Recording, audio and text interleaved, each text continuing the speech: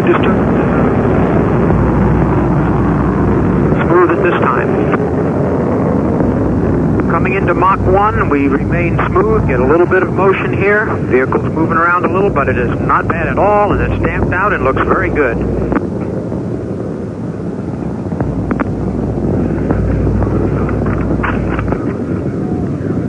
Main engine, vernier still look good, all solids still look good. T plus 53 seconds. We're coming up on the burnout of the first 6 solid motors. We have burnout of 6 solid motors, ignition of the final 3. We have jettison of the first 6 solid motors.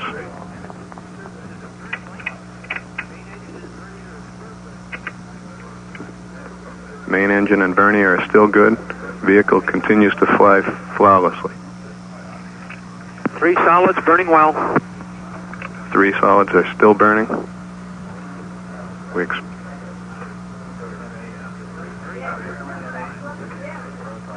Vehicle looks very smooth at this time.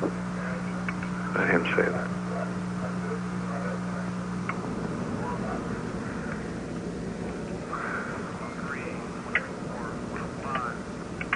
The main engine on the Delta first stage will burn for approximately 4 minutes and 25 seconds. During this early portion of the flight, tracking stations are receiving information from the Delta rocket. We have solid motor burnout. All 3 motors have burned out nice and clean. Well, your eyes have told you, and so did your ears if you heard the applause and screams of jubilation from the crew at Cape Canaveral. A successful launch of the new Delta II rocket, which is the first of a new generation of what they call the GPS navigation satellites. That stands for Global Positioning System, that will allow military forces on the ground and at sea and in the air to determine their location and altitude somewhere within about 53 feet, just about anywhere in the world. A successful launch. Marcia Smith joins us in Washington right now. She is the Aerospace Policy Analyst, a specialist in aerospace policy at Congressional Research Services, which is a department of the Library of Congress. Can you tell us a little bit more about this mission?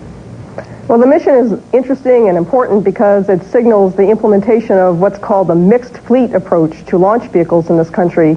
Before the Challenger tragedy, we had been planning to rely almost exclusively on the Space Shuttle for launches, and we were going to have a backup of Titans as well, but it was mostly going to be shuttle launches, and we were going to get rid of the Deltas and the Atlases, which is another kind of launch vehicle. After Challenger, we decided to have a mixed fleet where you have the shuttle and the older rockets, and the Air Force decided to go ahead and procure these Delta IIs, which are also going to be used for commercial launches, and also a new version of the Atlas. Now, how does this system work? How does this navigation system work? Exactly what is it going to do for the military forces on the ground? The Global Positioning System, which is also known as Navstar, is a considerable improvement over our current navigation satellite system. Right now, with the transit system, you get what's called two-dimensional data, latitude and longitude. But with Navstar, you will also be able to get altitude. So you'll have three-dimensional data, and you'll be able to have it 24 hours a day, 7 days a week, wherever you are on the globe. All right, the Delta II rocket is now about 4 minutes into its flight. We want to take a look back by tape now and see the very beautiful and successful launch as it took place just a few minutes ago. 7, 6, 5, 4, 3, 2, 1, 0. Liftoff. We have liftoff of the first Delta II and Navstar Global Positioning System satellite.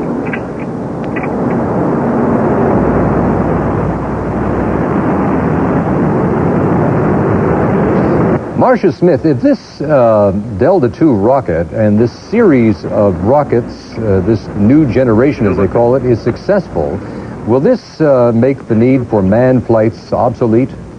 No, it really isn't related to that question at all of whether or not you should send people into space or have automated probes do everything for you. The navigation satellites are automated anyway. It's just a question of how are you going to get it into orbit? What's the cheapest and most certain way that you have to get satellites into orbit? But doesn't it take over a major function of the shuttle itself?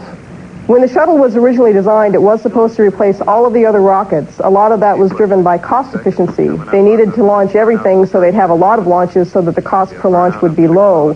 And that philosophy has been abandoned for the shuttle, and so the shuttle will now only be used where you absolutely need to have people in space. So it is a change in philosophy for the shuttle, but it's really not a question of manned versus unmanned. Main engine and burn Interesting that this flight was supposed to take place on Sunday, but they had some high winds in the upper atmosphere that prevented it. This seems to have taken a heavier precedence since the Challenger disaster just about 3 years ago, even with the unmanned satellites. I actually think that you would find that over the history of launches, there have been many delays. It's just a fact of life in the space business. It happens for weather reasons. It happens for technical reasons. I myself am not aware that it's happening any more frequently since Challenger. What about these other rockets that are going to go up? What will be their function? Well, we have the various kinds of launch vehicles in this country. We have Scout, which is the smallest, and Delta, which is next, and then Atlas, and then Titan, which are the very large expendable launch vehicles, and then the shuttle itself. That's all the families of American launch vehicles. And what you launch with them depends on how big your satellite is and where it's going. If you have even a relatively small satellite that's going off to a planet, you need a very big launch vehicle. But if you have a small satellite that's only going into low Earth orbit, you can launch it perhaps with a Scout. So it really depends on what the destination is of your spacecraft and how large it is. When you look at their plans several years ago, again, I bring back the disaster that took place 3 years ago. Did this change the makeup of the Delta II rockets much? Did they have to go back to the drawing boards and really make a lot of changes? Well, there wasn't a Delta II before Challenger. There were Delta rockets. We've had the Delta since the beginning of the space program. It started off as a Thor missile, and it gradually evolved into Delta. And then it was after Challenger that the Air Force decided to procure this new version of it. It's not an entirely new rocket. It's simply a new version of the old Delta.